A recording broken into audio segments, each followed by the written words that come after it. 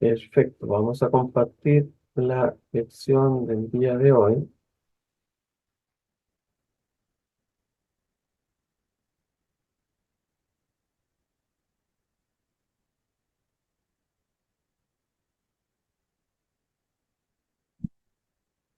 Estamos revisando entonces hacia una neumatología bíblica, este acercamiento reformado a vivir en el Espíritu. En la primera lección explicamos muy, de alguna forma la diferencia entre el acercamiento reformado y el acercamiento que tienen otros grupos evangélicos para entender la obra del Espíritu Santo, la obra que Él realiza, quién es, cómo actúa.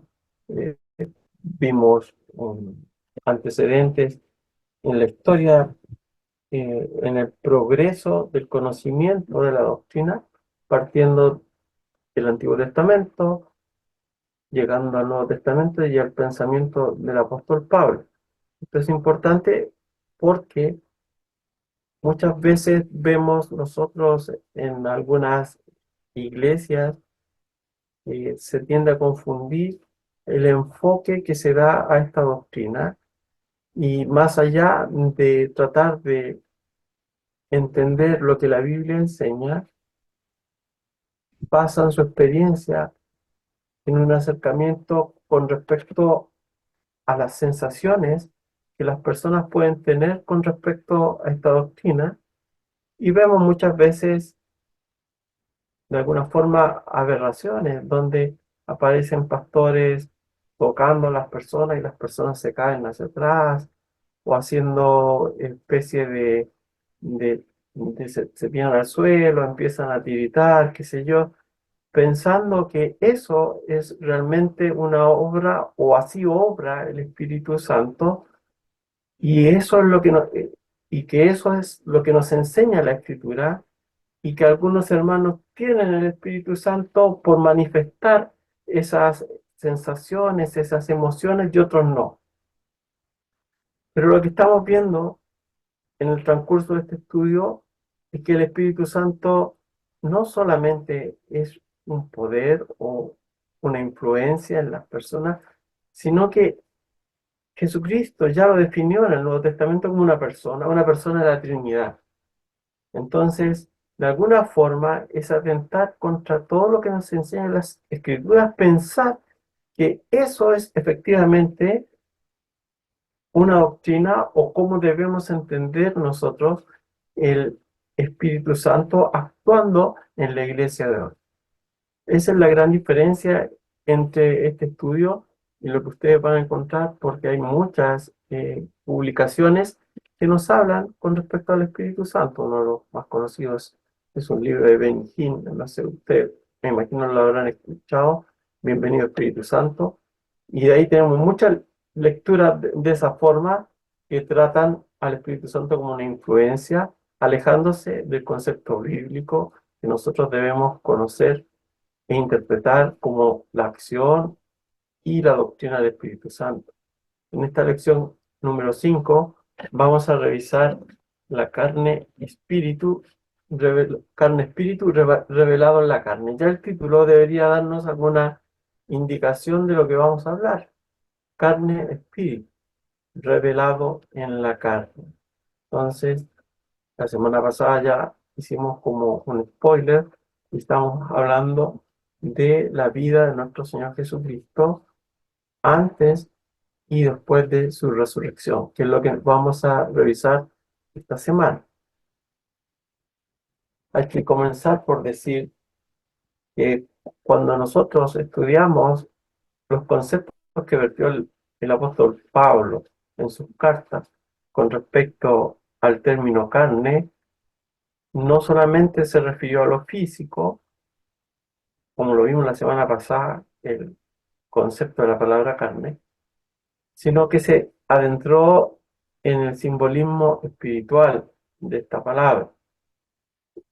Para el apóstol, cuando él menciona la palabra carne en el contexto de sus cartas, esto representa el antiguo orden o el antiguo sistema de vida está marcado por la corrupción y la separación de Dios. Cuando damos un vistazo hacia atrás, vemos que el hombre fue creado bueno en gran manera, como dice Génesis, pero una vez que él pecó, todas las facultades del hombre fueron corrompidas. Y de allí en adelante, todas las personas que nacen tienen esta corrupción inherente en sus vidas. Entonces, a eso también apunta el apóstol Pablo cuando habla de la carne. Ese estado se identifica como el viejo eón, que es o etapa, eón es tiempo, la vieja etapa, ¿no es cierto? La era anterior a la venida de nuestro Señor Jesucristo.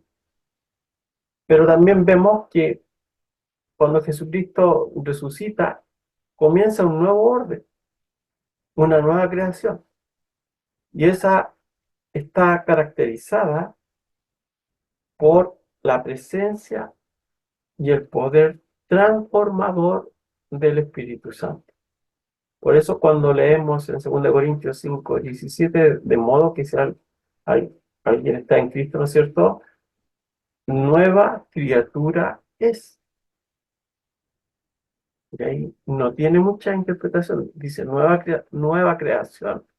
Entonces estamos hablando de una creación anterior y ahora una nueva creación que se caracteriza, como dice allí, por la presencia y el poder transformador del Espíritu Santo. Y en esta nueva era, y en este nuevo estado, en que las personas que han sido regeneradas por el Espíritu Santo, que Él les ha dado una vida espiritual, los creyentes son renovados y capacitados en forma paulatina, porque sabemos que es un proceso, para poder vivir en comunión con Dios. Ustedes saben que la palabra de Dios dice que carne y sangre heredarán la gloria. Lo que quiere decir que este cuerpo, así como está, no podría ser, por lo tanto necesita ser renovado y capacitado para estar en la presencia de Dios. También lo vimos en los profetas del Antiguo Testamento. Y en los jueces, por ejemplo, muchos cuando se manifestaba y entendían que era el ángel de Dios al cual habían visto, decían, oh, voy a morir, porque vi al ángel de Dios. Un hombre corrompido como yo, un hombre limitado como yo, he estado en la presencia de Dios así como así. Entonces, eso ya es un indicador de que es necesaria una renovación. Entonces, vamos experimentando una transformación que es radical y que va a trascender las limitaciones de nuestra carne actual y también los patrones del mundo en el cual nosotros nos desenvolvemos.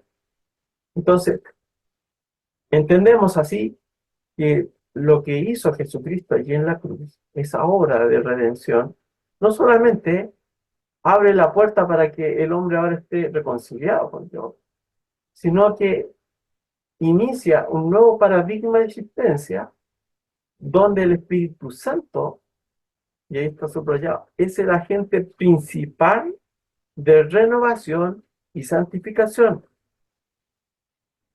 No es nuestro cuerpo o nuestra carne la que nos va a llevar hacia un acercamiento a Dios o hacia obedecer a Dios, sino el agente principal de esto va a ser el Espíritu Santo. Por lo tanto, aquí el apóstol Pablo hace esta distinción entre la carne, el viejo eón, y la nueva creación. Y eso va a ser muy fundamental para que nosotros entendamos esta dinámica de la salvación, por un lado, y también cuál es el propósito redentor que tiene nuestro Dios y que ha tenido desde el principio en la persona de nuestro Señor Jesucristo como la parte fundamental, como el agente fundamental para que esto se logre. Para la teología reformada, todo esto es un proceso. Los filósofos modernos y también los griegos decían que esto es la vida son especies de ciclos, de círculos, que se van repitiendo. Y un círculo no avanza hacia ningún lado, ¿no es cierto? Para nosotros es un proceso. Se van realizando, se van manifestando procesos en forma incremental. Por lo tanto, no volvemos a la misma partida, sino se va desarrollando un plan que está propuesto desde el principio de la creación del mundo. Entonces, para nuestra teología, todo esto es un proceso, la historia es un proceso, y dentro de este proceso encontramos que la obra de nuestro Señor Jesucristo, llamado la muerte y resurrección, son los puntales que hacen ahora que la historia cambie. Hay un antes y un después a partir del sacrificio de nuestro Señor Jesucristo. La divinidad, Jesucristo, ¿cierto? Se hizo hombre o carne y toma este efecto temporal, esta carne temporal, y así irrumpe en el escenario de este mundo para dar un destino diferente a lo que hoy día o en ese momento existía, cuando llega Jesús. Fue necesario entonces que la divinidad, y eso se conoce como el estado de humillación de Jesucristo, el encarnarse en una persona, con el cuerpo de una persona y con todo lo que implica ello, eh, va a ser fundamental y va a ser puntal para este cambio y para este progreso de la historia de la redención. Y en la escritura tenemos muchos pasajes que nos hablan acerca de la encarnación de nuestro Señor Jesucristo y especialmente a la humanidad de nuestro Señor Jesucristo. Y para este estudio solamente se van a revisar tres que nos van a introducir a lo que el apóstol Pablo habla acerca de estos dos periodos o de estos dos eones con respecto a Cristo, y que también son aplicables obviamente a nuestra realidad espiritual en el día de hoy. Y como base se va a tomar esta porción de Romanos capítulo 1, versículos 3 y 4, que es un versículo que ha tenido muchas malas interpretaciones y que nosotros vamos a intentar interpretar de la forma reformada. Si ustedes van a los comentarios exegéticos, van a encontrar diferencias. Como les decía, si ustedes buscan teólogos reformados, va a estar más en la línea con lo que se va a plantear en el estudio. Vamos a leer entonces estos versículos que nos hablan de la humanidad de Cristo, partiendo por Gálatas capítulo 4, versículo 4.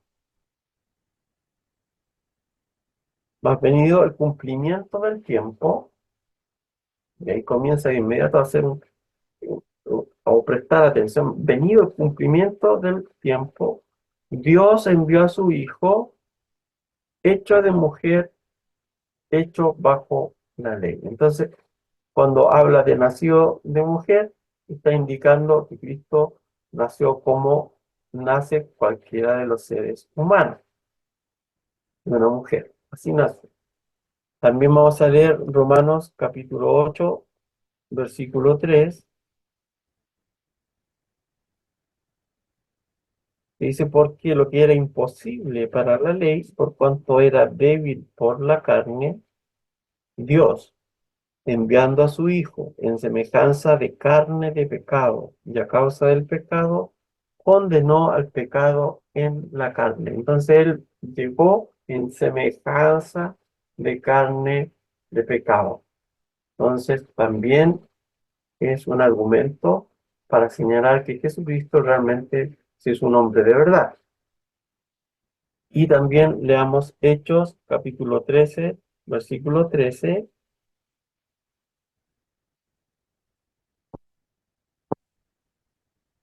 que dice: y 33, perdón,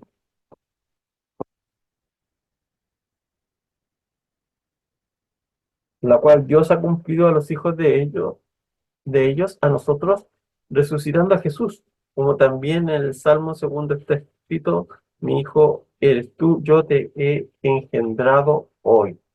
Entonces, este yo te he engendrado hoy indica que Jesucristo en ese momento se hizo carne y vino a este mundo como cualquier nacimiento natural. Obviamente estamos hablando de la parte humana de nuestro Señor Jesucristo, porque sabemos que Él es eterno, es divino. Jesucristo es Dios, por lo tanto, su existencia comienza en el mismo tiempo de la existencia de Dios, de alguna forma. Él es infinito y su entrada a este cuerpo de carne es lo que se señala ahí como que yo te he engendrado hoy.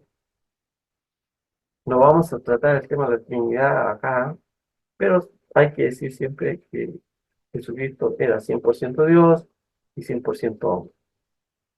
Y en este caso estamos hablando de ese espacio cuando Él era ser 100% hombre. Y estos versículos nos dan el argumento suficiente para decir que efectivamente Jesucristo nació como un humano cualquiera, por lo tanto,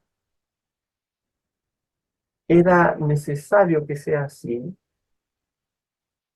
Y nosotros vimos señales de esto. Recuerden que Jesucristo se cansaba, eh, acostaba, dormía, en alguna ocasión manifestó también emociones, y cuando le avisan de que había muerto Lázaro, recuerdan que dice, y el versículo más corto de la Biblia, y lloró Jesús. Entonces son todas características que tenemos los humanos y que también se manifestaron en la vida, en la parte humana de nuestro Señor Jesucristo, en este gran misterio de la encarnación. Bueno, Romanos 1, 3, 4 nos presenta estos dos periodos, estos dos eones que así se entienden en el griego. Carne por un lado y espíritu con respecto a nuestro Señor Jesucristo. La versión Reina Valera traduce así este pasaje. Dice, acerca de su Hijo, nuestro Señor Jesucristo, que era del linaje de David según la carne, que fue declarado Hijo de Dios con poder, según el Espíritu de Santidad, por la resurrección de entre los muertos. Bueno, decía que es un pasaje clave y es un pasaje que ha tenido muchas interpretaciones y hoy día vamos a ver algunas de ellas y también vamos a ver la interpretación de la fe reformada. Algunas interpretaciones indican que la palabra carne que aparece allí indica la naturaleza humana de Cristo y podríamos estar de acuerdo con ella, ¿no? Pero también, y el Espíritu de Santidad que aparece al final, es la naturaleza divina de Cristo. Y que este pasaje en el fondo estaría tratando dos naturalezas de Cristo, a saber, la humana y la divina. Entonces, pues, ustedes pueden revisar ahí mismo, y tenemos el versículo allí, acerca de nuestro Señor Jesucristo, que era del linaje de David según la carne, declarado Hijo de Dios con poder según el Espíritu de Santidad, por la resurrección de entre los muertos. Entonces ellos consideran que hay carne, quiere decir la parte humana, y que espíritu de santidad habla del espíritu de Cristo, y en este caso la naturaleza divina. Y ya vamos a ver que no es así. La segunda interpretación que encontramos es que la carne indica el cuerpo de Cristo, y esa expresión, el espíritu de santidad, indica el alma de Cristo. Es decir, que trata de los dos compuestos del hombre, a saber, cuerpo y alma. También se interpreta de esa forma en muchos comentarios. Pero la interpretación reformada de este pasaje, la que estamos estudiando nosotros, nos indica que este pasaje está tratando estos dos periodos distintos en la persona de Cristo. Ya vamos a desarrollar más el tema, pero es importante que ustedes analicen estas interpretaciones y luego la contrasten con la interpretación reformada. Entonces, este pasaje nos estaría implicando dos periodos en la persona de Cristo. Un periodo en la carne y un periodo luego en el Espíritu por la resurrección de entre los muertos. Eso es lo que vamos a revisar ahora. Entonces, primero, el pasaje habla del linaje de David, ¿no es cierto?, según la carne. ¿Qué quiere decir esta parte del versículo? Que Jesucristo nace a partir de la descendencia de David. En Mateo 1 tenemos una genealogía o una lista de antepasados de nuestro Señor Jesucristo que llega hasta el rey David. Y este periodo se da en el terreno de la carne como frágil y mortal. Entonces, cuando dice según la carne, eh, nos indica en el fondo el área donde nace o se desarrolla la vida de nuestro Señor Jesucristo, que es en este mundo, que es perecedero. Y describe cómo Jesucristo vivió su vida terrena previa a la resurrección. O sea, como cualquier persona que ha nacido de padres terrenales. Y ese fue el modo de existir o la cual vivió Jesucristo antes de la resurrección. Y esto es descrito entonces como uno que era según la carne, era un humano, y la carne en este caso era el vehículo de la existencia de nuestro Señor Jesucristo antes de la resurrección. Y a esto se conoce como la antigua creación. Entonces, hasta antes de la resurrección podemos distinguir este periodo de Jesucristo como frágil y mortal. No sé si ustedes recuerdan la tentación de nuestro Señor Jesucristo cuando en uno de las áreas en que fue tentado, el diablo los lleva a las almenas del templo de Jerusalén y le dice que se lance. Y eso tenía unos 10 o 15 metros. Entonces, obviamente, si se lanzaba en ese cuerpo mortal y no ocurría ningún milagro, iba a morir. Así que a eso se refiere a esa antigua creación del linaje de David según la carne. Luego aparece otra expresión, hijo de Dios con poder.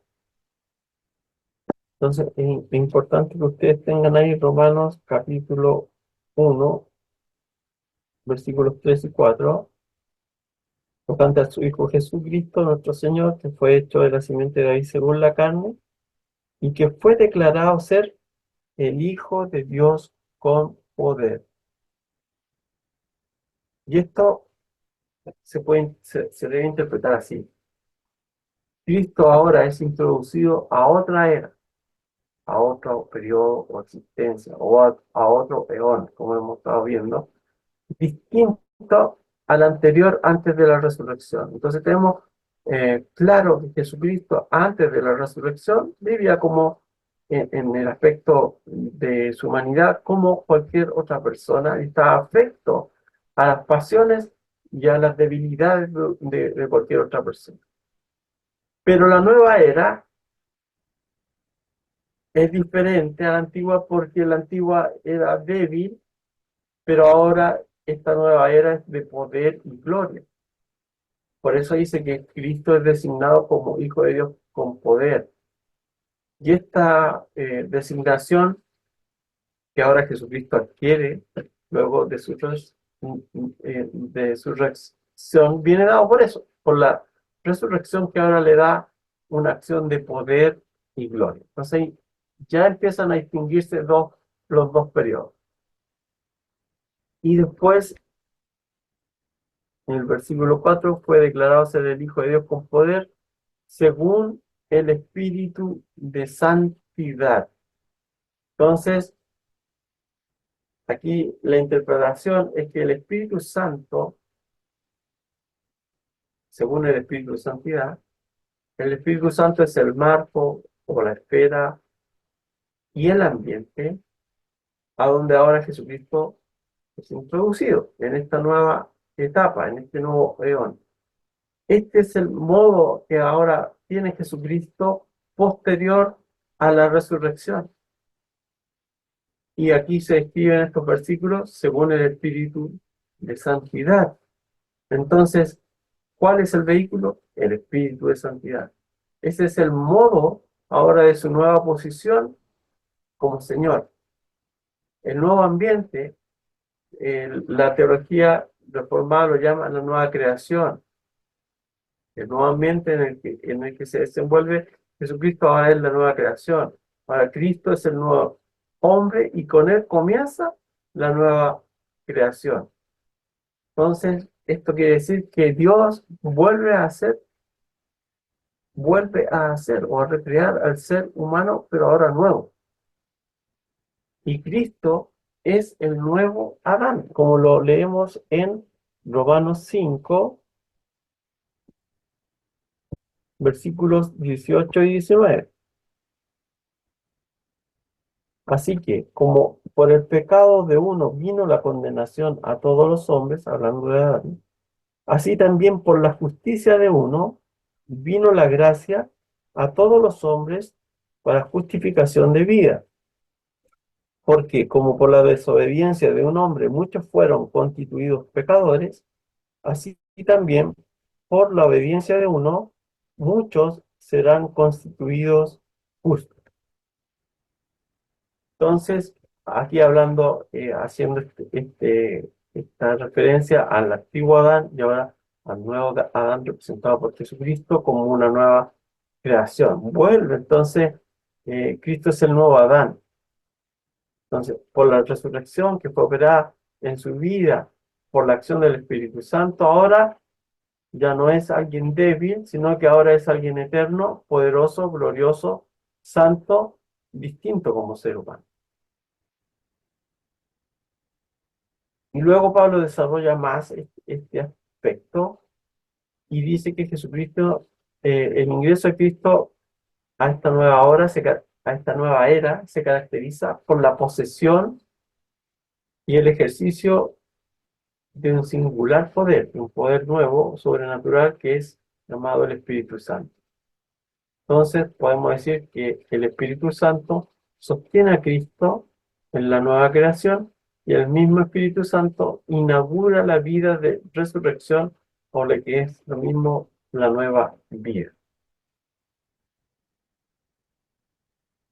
Y el ejemplo más concreto de esto lo podemos revisar o podemos hacer en memoria nosotros cuando Jesucristo resucita. Él, aunque tenía el cuerpo, porque recuerden que Tomás dudaba y Jesucristo le dijo que metiera su mano en su costado, ¿no es cierto? Que metiera su dedo en sus heridas. Pero él tenía otras características. Recuerden que él podía atravesar paredes, pero que también comía. Entonces, era distinto. Era la nueva creación que ahora estaba sustentada por el Espíritu Santo. Entonces, la resurrección, según y de acuerdo a lo que va desarrollando Pablo en sus cartas, es el ingreso de Cristo a una nueva era que va a ser caracterizada por la posesión y el ejercicio de un poder sobrenatural. Entonces, si el Espíritu Santo sostiene a Cristo durante esta nueva creación, el Espíritu mismo también debe haber inaugurado esta nueva vida de resurrección de nuestro Señor Jesucristo, de acuerdo a lo que leemos en Romanos 8:11. Pues muchos dicen, ¿quién resucitó Jesucristo por sí mismo?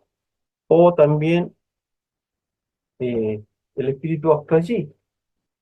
De acuerdo al versículo 11, este sería un argumento para decir que el Espíritu Santo actuó, porque dice, y si el Espíritu de aquel que levantó de los muertos a Jesús mora en vosotros, el que levantó a Cristo de entre los muertos, vivificará también vuestros cuerpos mortales por su Espíritu que mora en vosotros.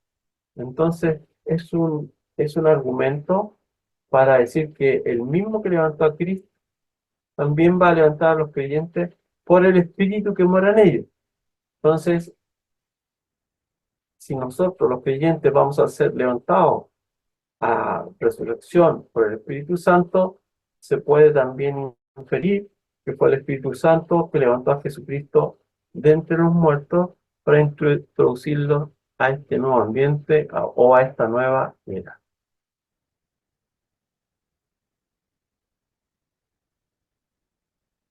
Y eso es lo que nosotros vemos con respecto a la carne y espíritu. Ahora vamos a revisar lo que tiene relación a Jesucristo revelado en la carne. Entonces, esta resurrección de Cristo es muy importante porque marca el inicio y hace la diferencia entre la antigua y la nueva creación, y es un punto crucial para todo lo que desarrolla Pablo en sus cartas, y para entender también cómo se desarrolló el crecimiento y en el contexto de la iglesia primitiva. Y en las epístolas o en la carta del apóstol Pablo vamos a encontrar que existe un enfoque que es muy significativo con la tradición apostólica que se transmitió en las primeras iglesias. Es un contraste con el énfasis exclusivo en la vida terrenal de Cristo, que no se concentró tanto en la antigua creación, como ya lo hemos definido, sino que se centran las cartas del apóstol Pablo en las implicaciones teológicas y prácticas del evento más importante, que es la resurrección de Jesucristo. Recuerden que en alguna ocasión el apóstol Pablo dice, si Jesucristo no resucitó, van en vuestra fe, aún estáis muertos en vuestros delitos y pecados. Y el apóstol Pablo no descartó de ninguna forma la vida y enseñanza de Jesús, pero hace una referencia directa o indirecta a lo que compartió Jesucristo para fundamentar su teología y exhortar a las comunidades cristianas. Entonces, el apóstol Pablo tenía claro que la resurrección era central y era el evento que iba a transformar radicalmente la vida no solamente de Jesucristo, sino también de los hijos de Dios, y de esta forma se establece el fundamento para esta nueva vida o esta nueva creación que fue inaugurada por la resurrección de Jesucristo de entre los muertos. Pablo enfoca la vida de Jesús desde un punto de vista histórico redentor.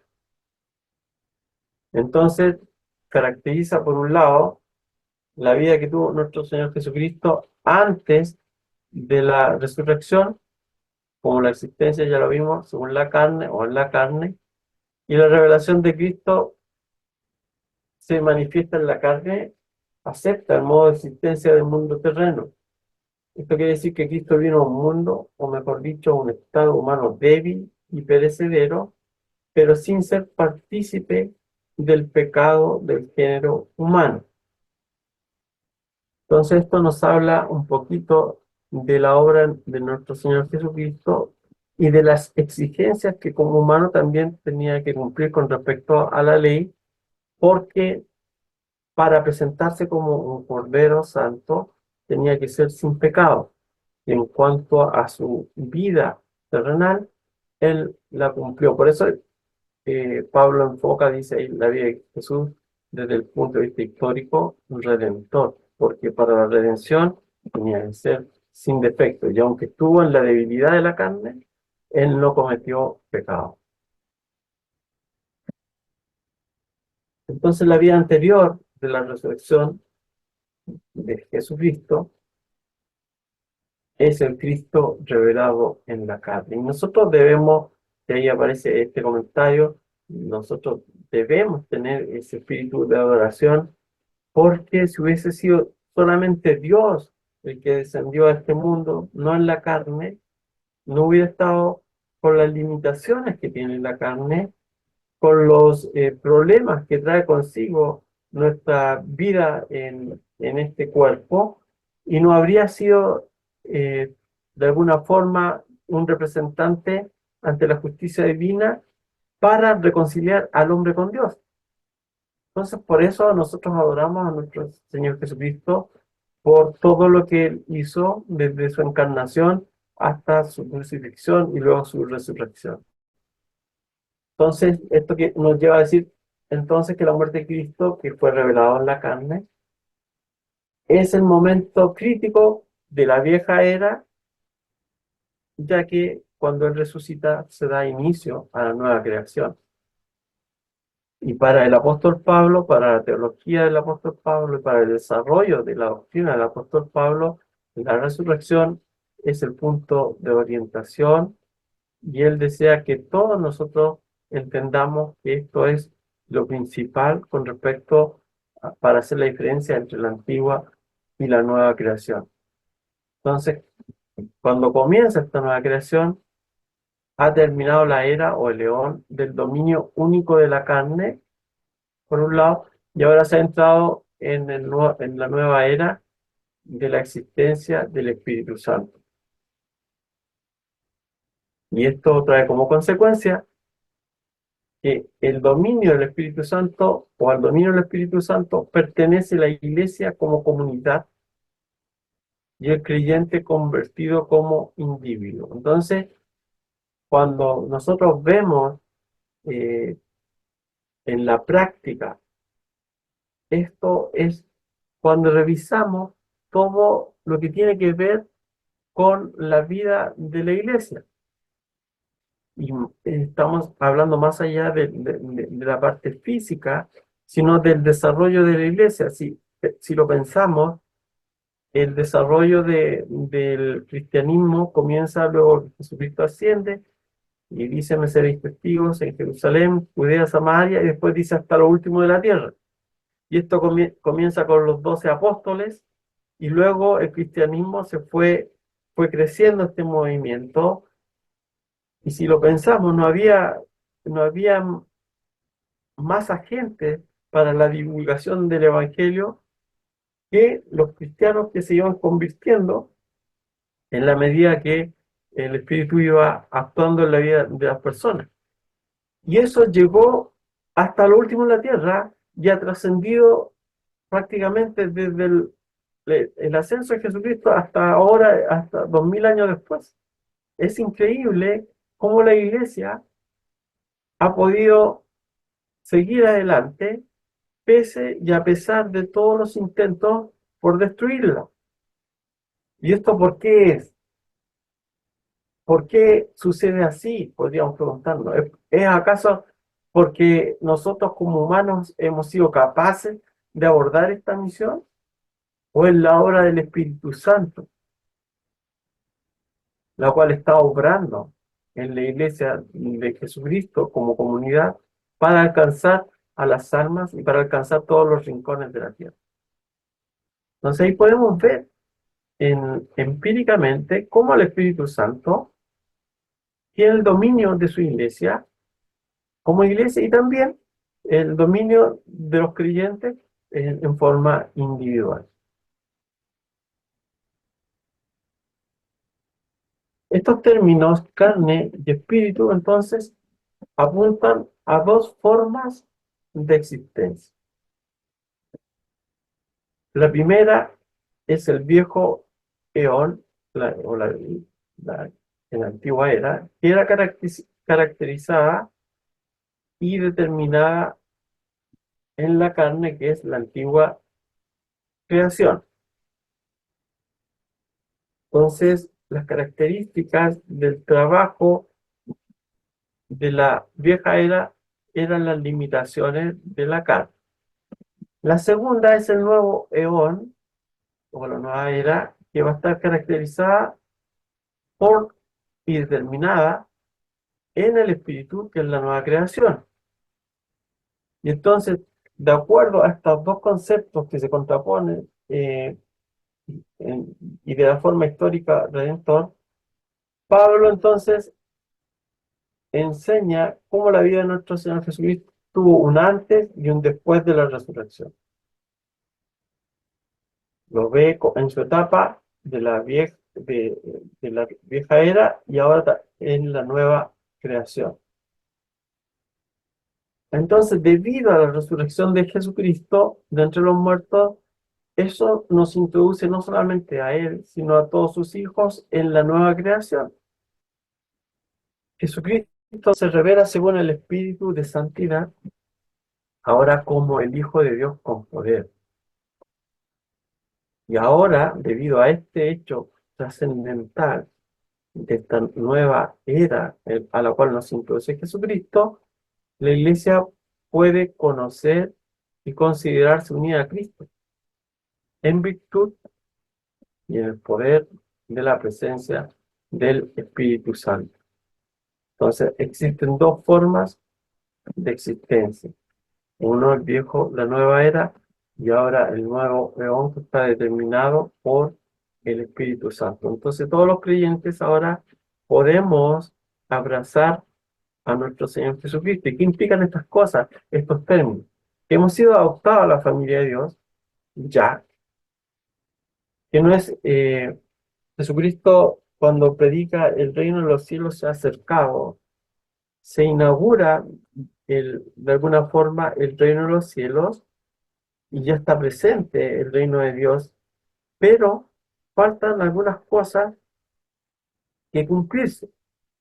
Entonces, esa es la tensión entre lo que tenemos ahora y el ya y el todavía no. Tenemos ciertas cosas que ya están presentes, pero faltan algunas que van a estar presentes una vez que nosotros seamos transformados, que seamos resucitados o seamos transformados en el nuevo cuerpo de gloria o la glorificación de nuestras vidas como la que tuvo nuestro Señor Jesucristo. Faltan esas cosas que cumplirse. Y una de las cosas más importantes que faltan en la vida de todos los creyentes es esa victoria final sobre el pecado.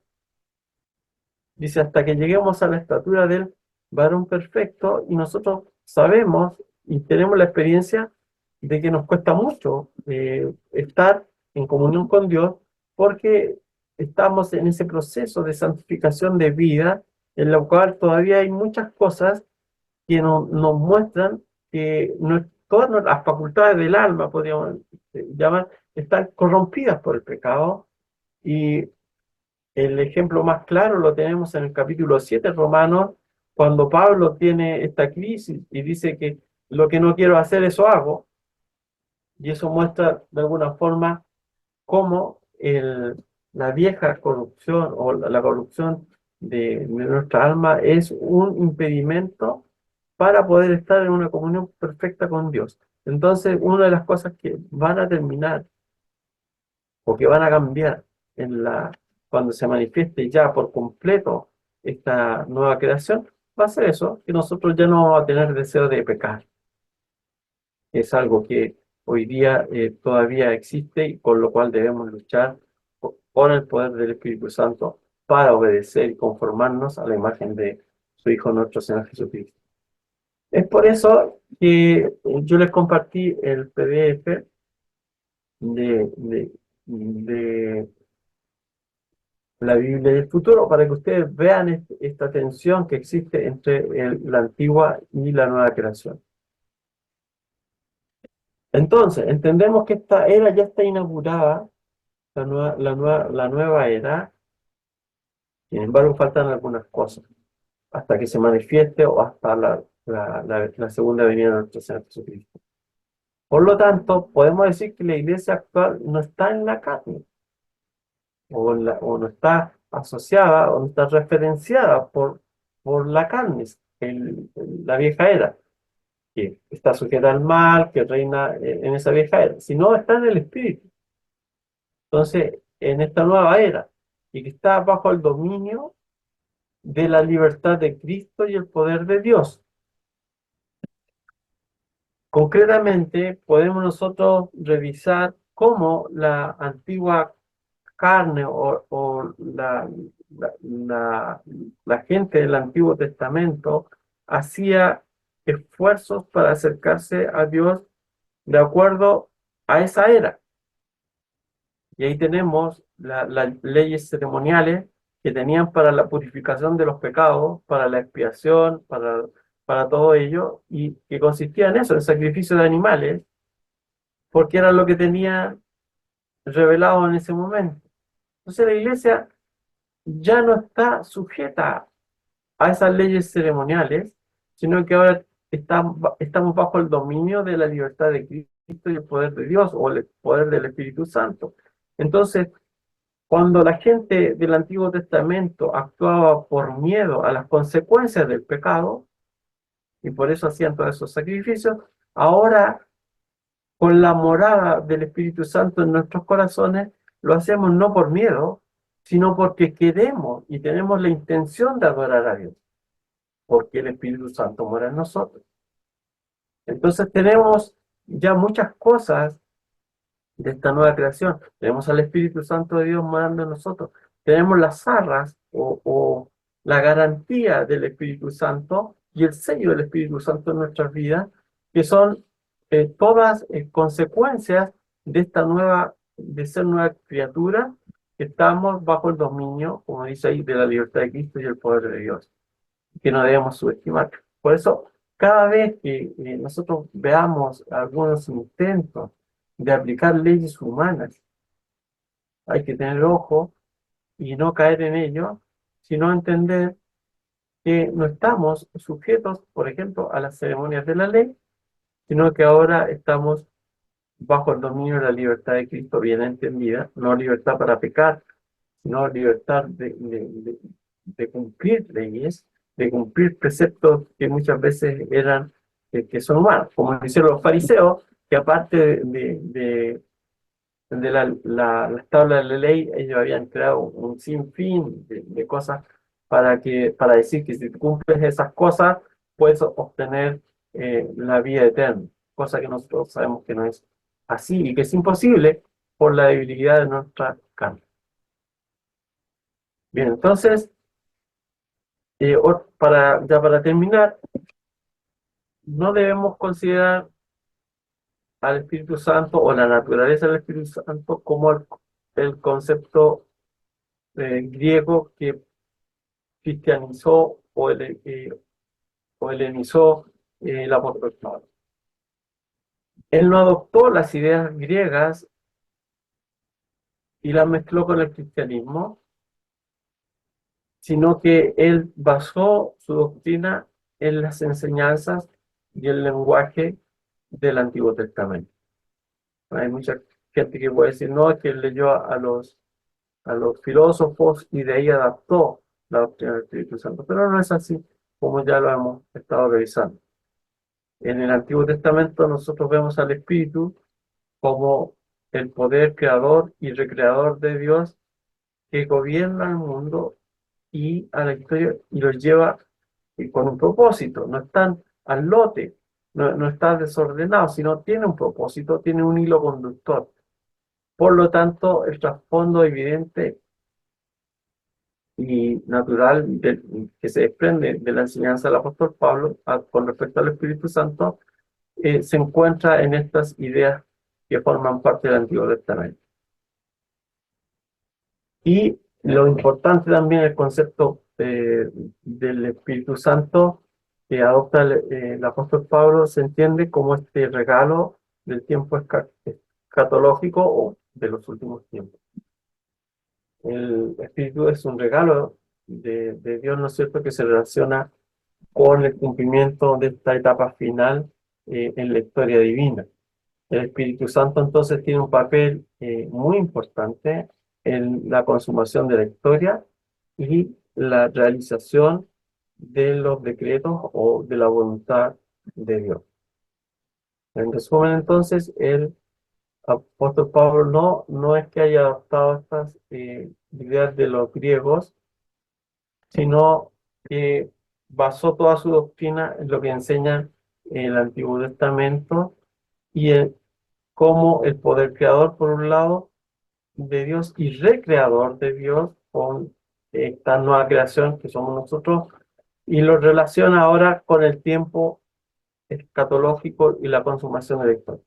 Y cuando hablamos del tiempo del fin, ya nos referimos al tiempo que transcurre desde la ascensión de Jesucristo hasta la venida de nuestro Señor Jesucristo, que no sabemos cuándo es, pero todo este periodo se considera ya el tiempo del fin. Bien, y de esa forma estamos concluyendo esta lección. Como les decía, es importante que puedan leer el capítulo 5 del libro que les compartí para que tengan un eh, una base mayor con respecto a este tema de las cosas que ya tenemos como hijo de Dios y las que aún no se han manifestado, pero que ya estamos en el tiempo del cumplimiento que se inauguró, ¿no es cierto?, con la resurrección de Jesucristo de entre los muertos y que ya estamos, digamos, dentro del reino de Dios.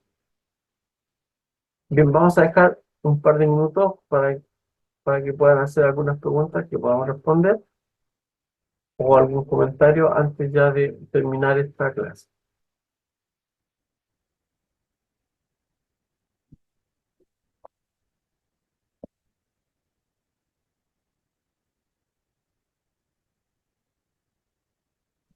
Pastor, Sí, mi hermano Hernán.